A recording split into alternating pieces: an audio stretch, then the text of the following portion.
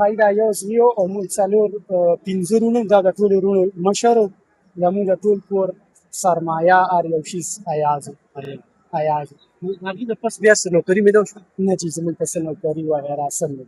دا پنځه واړه وروڼه بېروزګاره دي. دا بېروزګار دي. بچې ستاسو څه نوم دی؟ ایاز او کوم کلاس کې؟ والد صاحب هم کله شهید شوی و؟ 25 مای 2014 25 مای 2014. بچې څه به وایي هغه دهشتګردو ته چې ستا نه یې دا سایه واخیسته پولیس آرمي کې درته موقع میلاو شي ځې به همدغه شان به ده چې خپل سر قرباني ورکړې څه وایي څو وروڼه خویندې ترې پاتې شي؟ صرف پای دا یو زوی او موږ څلور پنځه وروڼه دا د ټولو وروڼو مشر و زموږ د ټول کور سرمایه هر یو شیز ایاز و هغې نه پس بیا څه نوکري میلاو شوه؟ نه چې زموږ ته څه نوکري وغیره څه نه دي. دا پنځه واړه وروڼه بېروزګاره دي. دا بېروزګار دي. موږ دا پنځه واړه بېروزګار یو.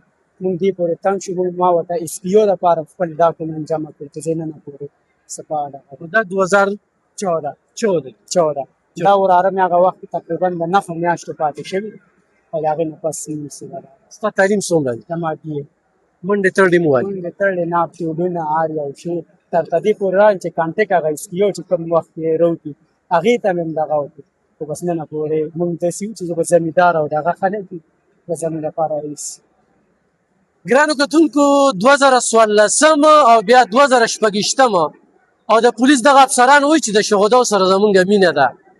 نن دغه ماشوم ته وګوره په سر یې سایه نشته 6 کاله هغه وشو 12 کاله کې دوی ته نوکري میلاو نه شوه. ډېر افسوس په سټیجونو باندې دغه امپیګانې مینهګان ډیلیوې جمله ده موږ کانټیک نه ورکړی ته هم غاړې څلې وه موږ خپل وروڼو موږ یو شهادت لپاره دغه کړی خو د دې لپاره موږ ته نن پورې څه دغه وي.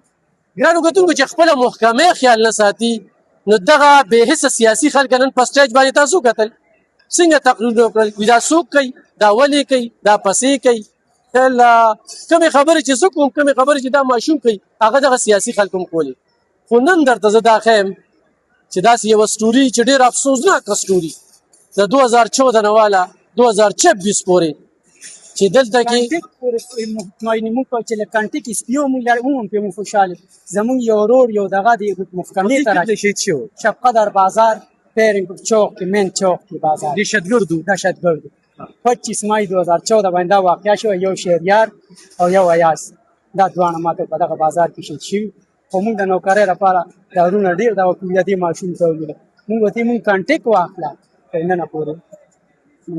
ګرانو کتونکو دا د آی جي پي خیبر پښتونخوا او د ډي آی جي مردان ریجن دپاره چې دې ضلعې سره تعلق ساتي یو ډېر لوی سوال دی.